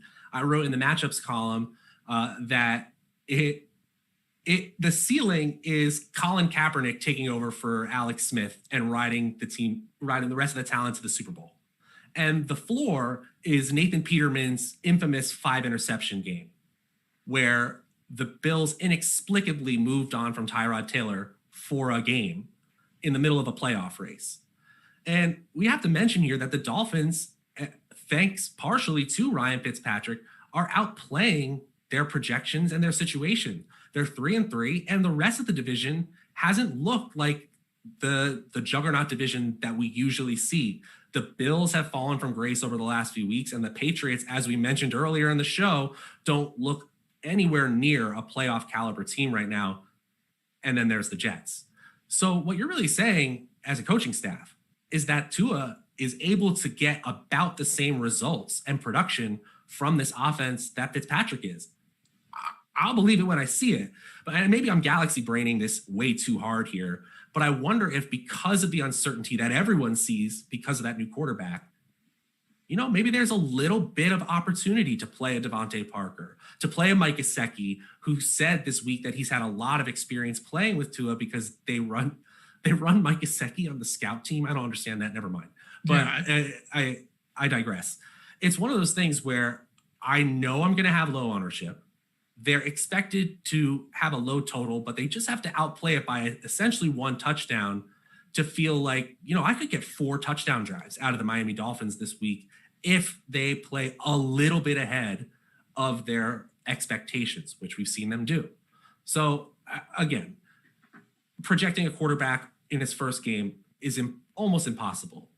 But Tua Tagovailoa had some of the best metrics in his one full season as a starter at Alabama that we've ever seen from a quarterback. I think at the time of that full season finishing, he had the highest adjusted yards per attempt of any quarterback in NCAA history until Joe Burrow broke it in 2019. So that's the reason he was such a high expected draft pick before that injury. It's possible he steps in kind of like Baker Mayfield did when he came in 2018 and gives value to the whole team. Do we expect it? Really, really hard to bet on that. Of course, the most likely outcome is the Rams using that run-oriented offense, jamming it down the throat of the Dolphins, who ranked 32nd in DVOA against the run, and just shortening the game, finishing things up, and moving on with their trip to Miami. So really tough game to project. Low ownership could be fun in tournaments to play with. On the other side of this one, you've got the Rams coming off a pretty efficient offensive performance. They had not beaten a non-NFC East team until they beat Chicago. And let me say, Chicago, that is not a great football team. So look, I don't think the Rams are a bad football team at all, but I do think that on Monday night, you had 2 teams that were both really vying for respect around the league. And one of them pulled it off. The other one didn't whatsoever. But I don't know what to expect from Tua. If this was Fitzpatrick, I'd actually have confidence that Miami could pull a win off here. But not confidence, but that they would, but that they definitely could. On the Rams side of things, however, the passing volume has been tough. Henderson and Brown now are both getting a bunch of looks. Akers isn't involved at all. Higbee was out. Josh Reynolds was getting and Mund. Like it's kind of ugly for me. And I'm not necessarily sure what direction to take. So we'll get your opinion. Before we do, though, Jack Perry, thank you for the super chat, brother. He says, my real name is Ketchup on Eggs. Put it on the jersey. Matt, little backstory. Josh Engelman and I on the MLB Strategy Show had a big discussion about ketchup and eggs and how I'm insane for liking it. But yes, I put ketchup on my scrambled eggs or on an omelet. So that's going on the jersey. Matt, you're going on the jersey too. Your thoughts on the Rams? Yeah, exactly what you said there with the fact that the passing game got spread out a little bit more than we expected. With Higbee out, we did expect Gerald Everett to see more looks, and he ended up catching a touchdown. But as you said, Johnny Munt outgained him at the tight end position, which was definitely unexpected there. And we saw both Cooper Kupp and Robert Woods under a 20% target share. Now, their averages are still well above that. They're in the 20 to 25% target share range each. And they look like they have a decent matchup here. So I think it's possible to go back to the well, but it's definitely concerning that they didn't get the volume, especially as it looked like the targets would consolidate around those 2 targets, Woods and Kupp. And again, same problem with the running backs here. We're still seeing a 2-headed monster, although Cam Akers, sorry to those who drafted him in season long, has just been completely phased out of this offense. And with the team as talented as a running team as the Rams continue to be, you're still going to see value, but you're still going to have to pick between the two who gets that quality usage.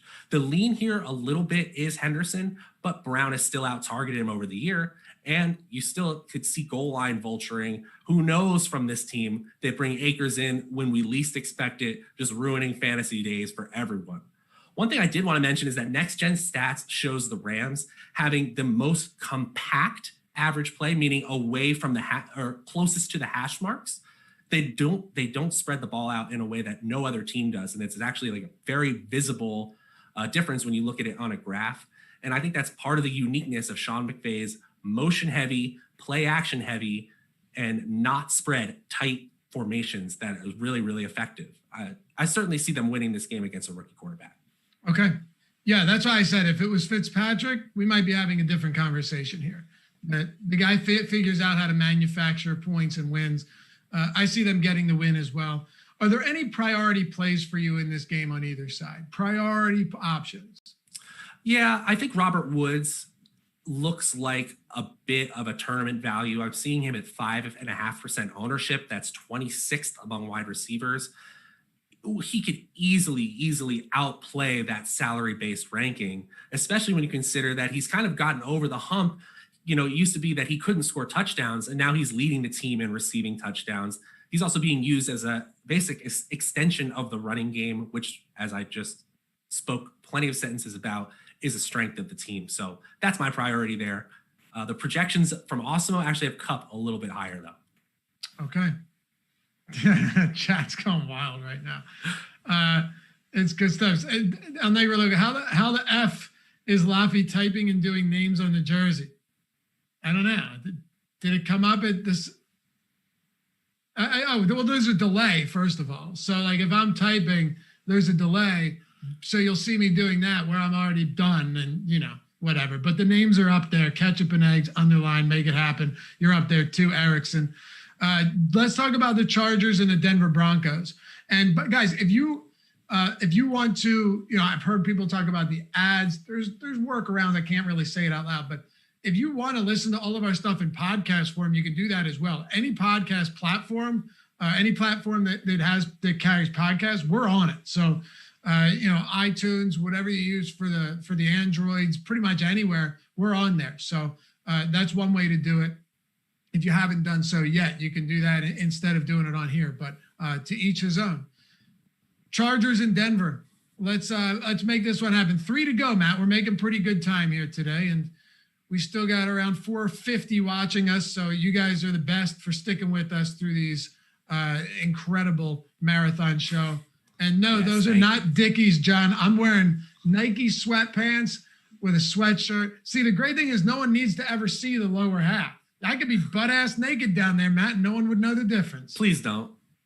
You'd never know. We don't want any mishaps. You'd never know. Yeah, could you imagine if I got up to sign the jersey? That would shock the world.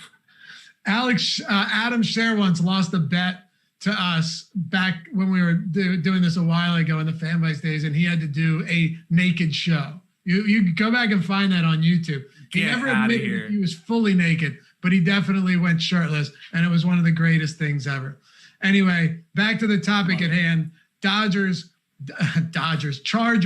Denver Broncos with, I don't know, another game that I'm not particularly fond of, but we still have to talk about it because there's surprisingly a lot of low-scoring affairs. 44.5-point total. Broncos are getting 3 points at home. Drew Lock actually has, and believe it or not, Jeff Driscoll, when he played, they had the 2 highest drop rates in the league of anyone that's attempted more than, I think, 60 passes. So he's had some bad luck. He's also made some really bad throws. The biggest question here I actually want to start with is Philip Lindsay was getting a ton of work, and he was super efficient last week against Kansas City, 9 for 79 in that first half before late in the second quarter he went down with the concussion. He's not practicing. And if it ends up being that he doesn't play, Melvin Gordon is going to command a monster workload once again in the event that Philip Lindsay can't get on the field. Oh, yeah. And I mean, it's definitely something we have to continually monitor because, yeah, as you said, he hasn't been practicing. The bottom line is if this offense belongs to just one player, as it has over the last few weeks, you're probably looking at a value play here. Melvin Gordon is currently the 21st highest salary running back on the slate. He's 5,600 on DraftKings. That means he needs about 16 to 17 points in order to be a value play for you in lineups.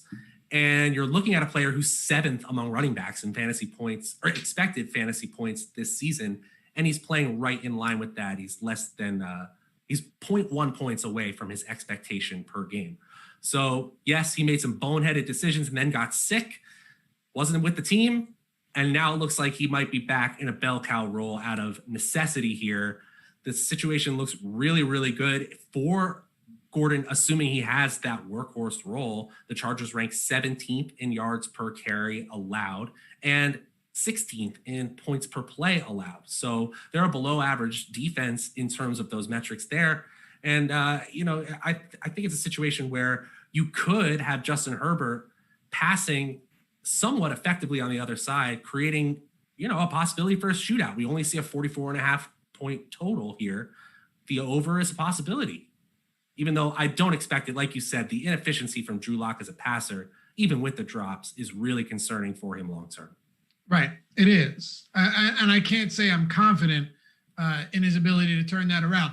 But no joke, Matt, there have been some really big drops, like long touchdown drops through their hands, some really perfect touch passes as well. So I just don't want to take away everything from Drew Lock here, and that it's, takes two to tango, but he certainly had some struggles in that respect. And I can't say I'm confident in his ability to turn things around this week either. Chargers run defense has been, okay, but they're still allowing 4.5 yards per attempt. So I saw someone in chat mention that, their run defense is strong. It's not bad, but it's not completely locking teams down. They're pretty much middle of the road in both yards per game and yards per attempt. And last week, correct me if I'm wrong, didn't Robinson eclipse 100 yards on the ground? Oh, Robinson had a huge game. Didn't he have over 30 fantasy points? So I'm sure it's a situation that's absolutely exploitable. And the way that I use defensive metrics in general is I use the metrics to ask myself, is a defensive unit either against the pass or the run going to be responsible for dictating the game environment? And usually when I see numbers that are around league average, I tend to toss it out. It's not really going to be a function. It's a possibility that the run game is the strongest unit for the Chargers.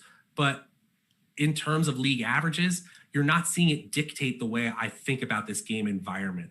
At least that's for me.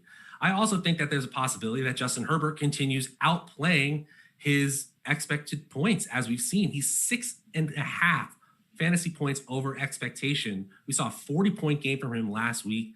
It's possible that he just has the ability to beat Denver through the passing game, creating a shootout environment, which, again, with a low point total and low expected ownership from these players, could create a great leverage spot for tournament players. Okay. Someone put funneling in quotations with a question mark. Simply, when we talk about funneling, and Carlton, you are 100% correct, man. Absolute slaughterhouse back in high school.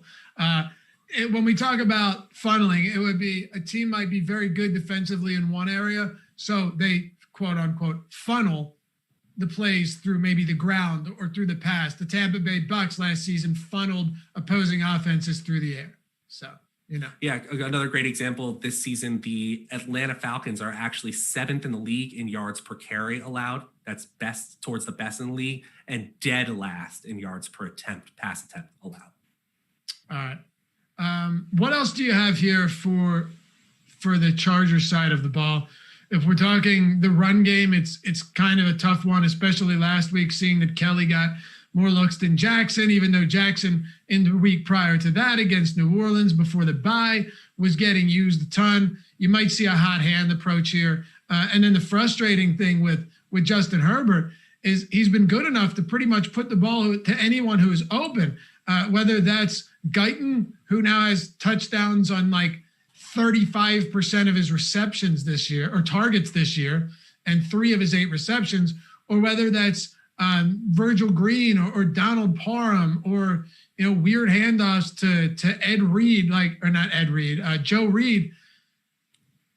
Keenan Allen still had a big game, but man, was that Hunter Henry performance disappointing. Same with Mike Williams. Oh, I had a lineup with a Herbert Henry stack that was pretty much fire except for that, and Henry really tanked it. And it was so tilting too because we saw the matchup as a positive, 4 tight ends, and then 2 different tight ends not named Hunter Henry score touchdowns from Justin Herbert. Hey, that's the way the football goes sometimes. Yep.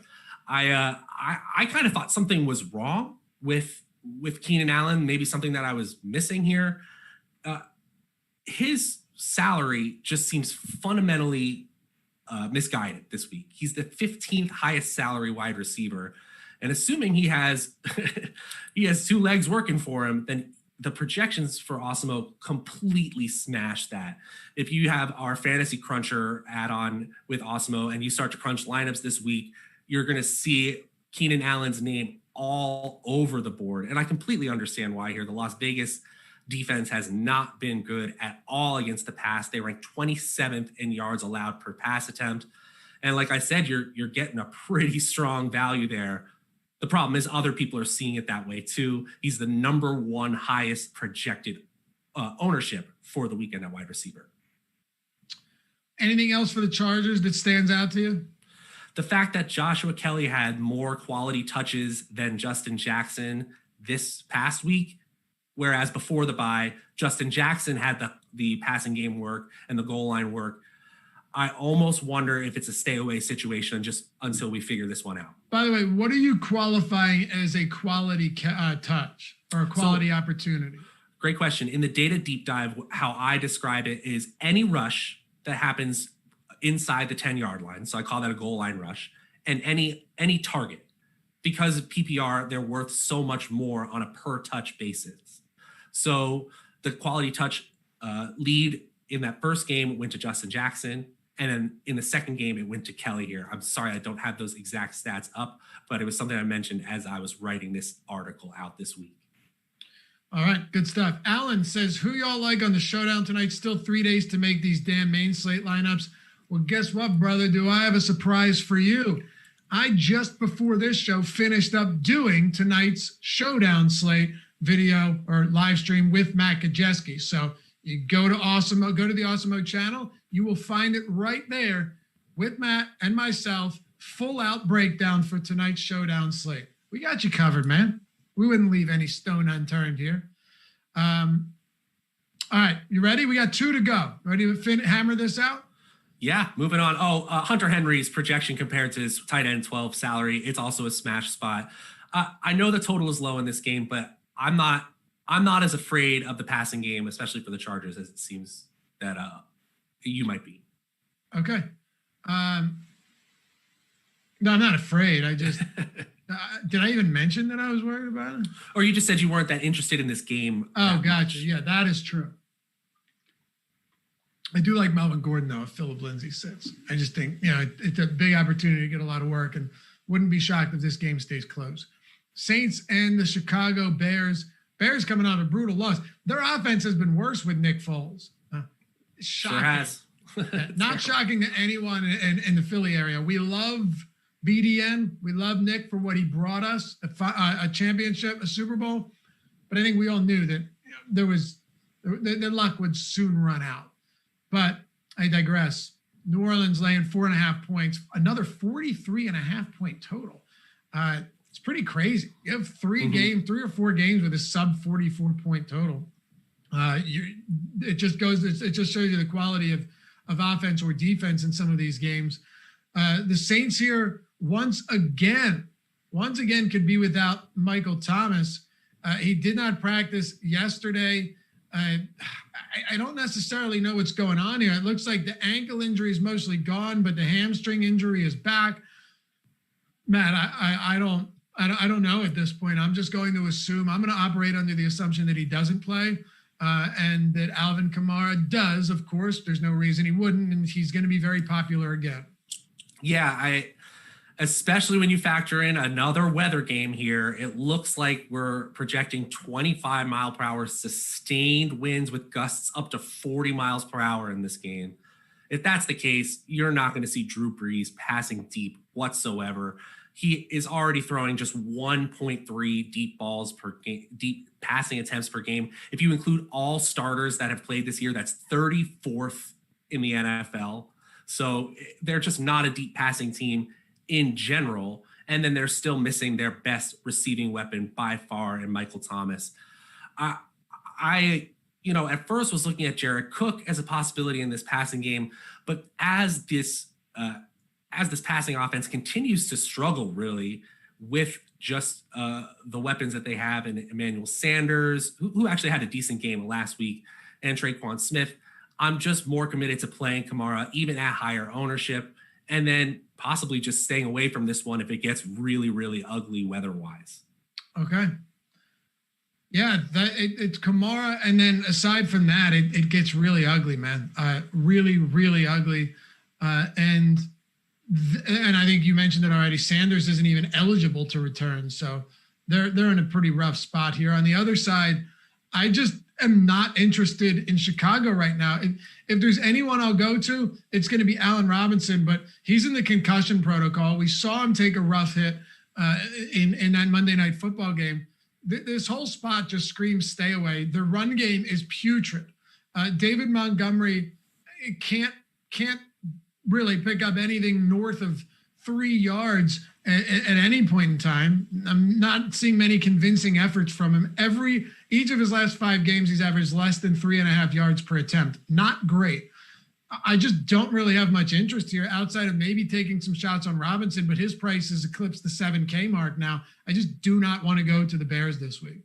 Yeah, you're really making a usage call with David Montgomery. You're not really expecting a huge amount in terms of efficiency, as you mentioned, and then you're kind of hoping that maybe he falls into the end zone. He is running back. Would you rather go to Montgomery or Melvin Gordon if Melvin Gordon ends up playing without Phillip Lindsay? Yeah, I think the choice is easy for me right now. It's Melvin Gordon. Yeah. And Josh Jacobs is $300 more than David Montgomery. I don't know. What about Jamal Williams against Minnesota or David Montgomery? I'm certainly playing Williams if Jones sits 100% of the time. Exactly, yeah. And you know what? This offense without Allen Robinson in the lineup, as you said, that might just be a complete stay away. They're not scoring enough. They're not in the red zone enough. They're just not moving the ball enough offense this weekend. Yep, I hear you. Matt, providing great analysis as always. Let's close it out with a game that I was surprised to see the total coming in at 54 points. I really thought we'd see it more around 48, but it's time for me to get with the times and understand that the NFC West is no longer that grinded out, Legion of Boom style defense. 49ers defense has been banged up all season long, not nearly as formidable as they were before. 54 points here in this last game of the slate between the 49ers and the Seattle Seahawks. It's pretty insane. The Niners are actually 1-point favorites on the road. Also a bit surprising to me. Or no, I'm sorry. 3-point, my fault. I was looking at the differential here. The Giants are 3-point, 49ers are 3-point dogs. That makes more sense. I was going to say that makes no sense whatsoever. That's my fault. Sorry, Jordan. I think I put that in the run sheet too. So what are you going to do? Anyway, Seahawks laying 3 points at home. That makes more sense. They've just seen a lot of really high scoring affairs when the Seahawks are involved, Matt. Last week we went to overtime. We saw 71 total points, 53 the week before, 54, 69, 65, 63. Those are all the Seahawks games this season. Is that insane or what? Just lunacy. And there is a data scientist, I believe he works for The Athletic now, that tried to quantify normal games versus abnormal games, as in they have crazy finishes or they go wild at the end. And he said that the Seahawks over the years have played in by far the most non-normal games, as we saw on display on Sunday night. Hey, helped an Awesemo subscriber win the $1 million, so we're not going to complain about the craziness from them. And just like you mentioned, it's a different era in Seattle. Again, this is the data deep dive chart that I'm referring to here. In the aggression metrics, the aggressiveness metrics that I look at for teams, the Seahawks are second in air yards per second of play, meaning they're throwing deep no matter what their pace of play is, they're throwing deep when they choose to throw on early downs and in neutral situations.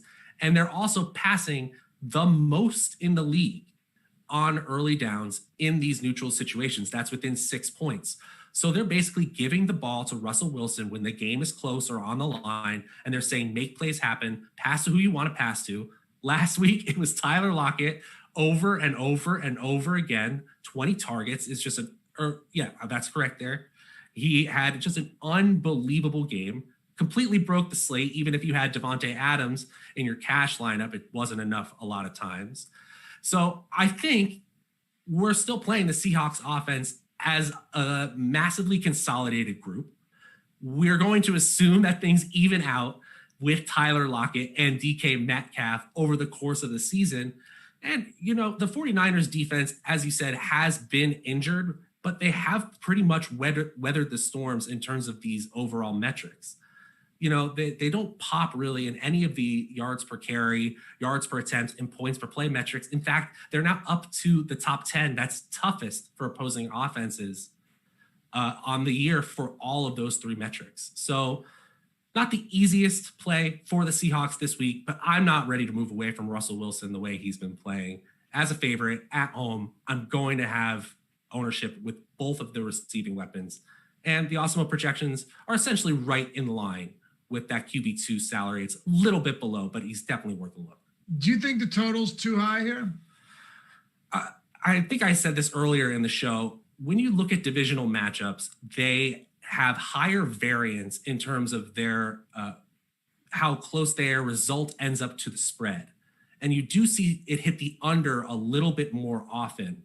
I wish I had the specifics of the study, but it's a situation where this game could get wacky. If it was a 17-13 game because the defenses tried to control the game and they took away the deep passing game and they put everything in front of them, it wouldn't surprise me so much, but I don't think that's the most likely outcome. I think they continue their deep looks, and I continue to go back to the well on Lockett and Metcalf. The hard thing about it, though, and this is surprising to me, is the salary. I can't believe that DK Metcalf is the second highest wide receiver on the main slate. I almost had to do a double take there because I couldn't believe it. Lockett's even lower. I know. It's actually extremely surprising to me, but it's going to open some things up. You're going to pay for them, but ultimately, I think, as I said, I was just really surprised to see the total coming in where it is.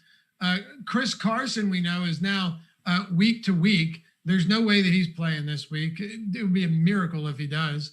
And Carlos Hyde came down with that injury last week, but it's not major, according to Pete Carroll. So in the event that Carlos Hyde starts here and Carson is out, which he should be, are you interested in him at all?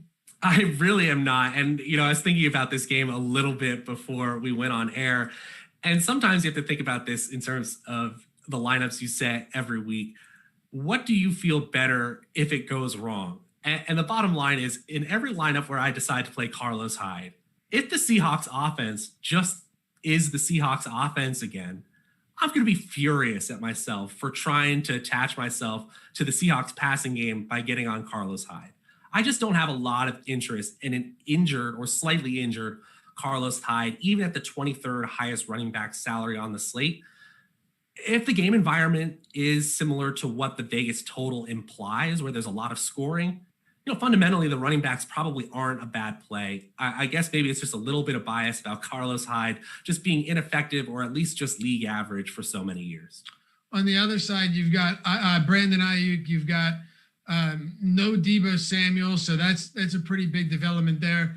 George Kittle right now getting ownership coming in around 18-19%, so he's up there. You're going to see, by the way, a lot of concentrated ownership at the tight end position this week between Waller, Kelsey, and Kittle, unless something changes dramatically.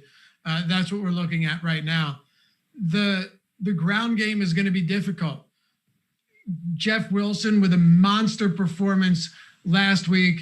He is now injured. He's out, expected to land on the IR. Raheem Mostert's on the IR.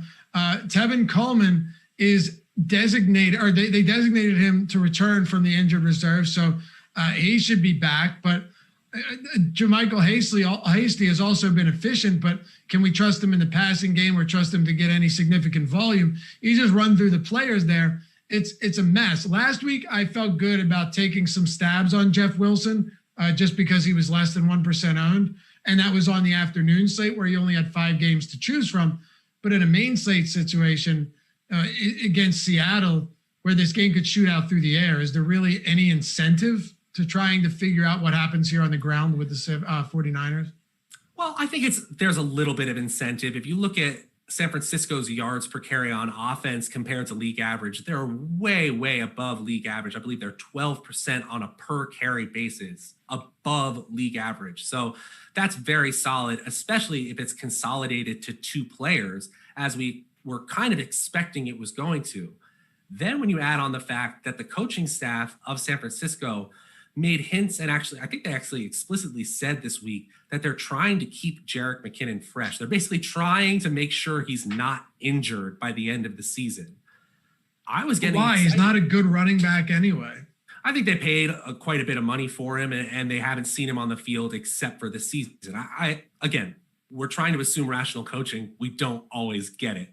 But it kind of looked there for a moment that Jermichael Hasty was going to have a lot of the early down work for a team that tends to be very strong running the ball.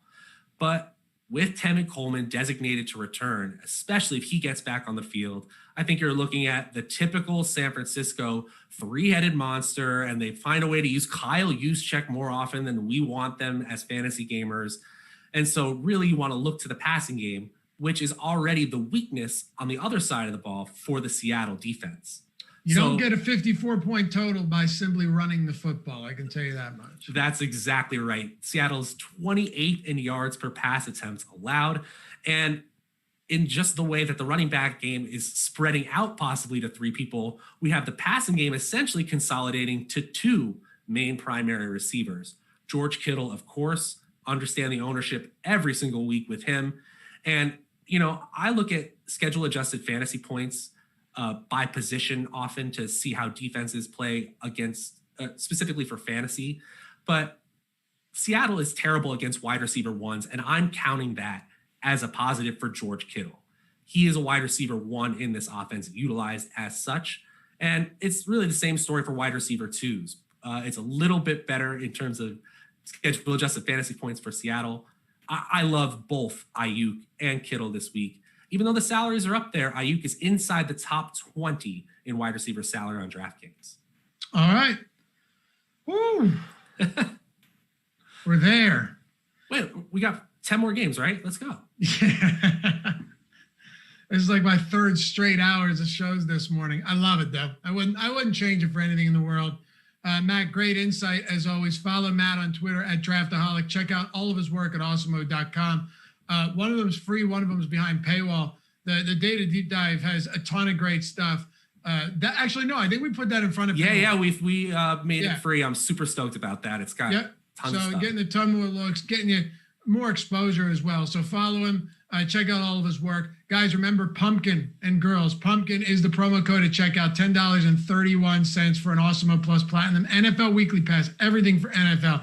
And if you're not doing so yet, hit me up at Laffy_D on Twitter, LOUGHY_D. Almost at 20,000. Help push your boy over the top. And let's make it a good day here. Wish you guys the best of luck tonight. Remember, check out the Showdown show. If you missed it, you can check that out. It's already posted. The FanDuel show coming up with Matt Kajeski and Kyle Dvorchak. And then Kyle will regroup with Alex Baker, Awesemo himself, at 7:20 Eastern for the NFL Showdown live before lock. A lot going on today. Thanks for watching. We'll see you back here soon.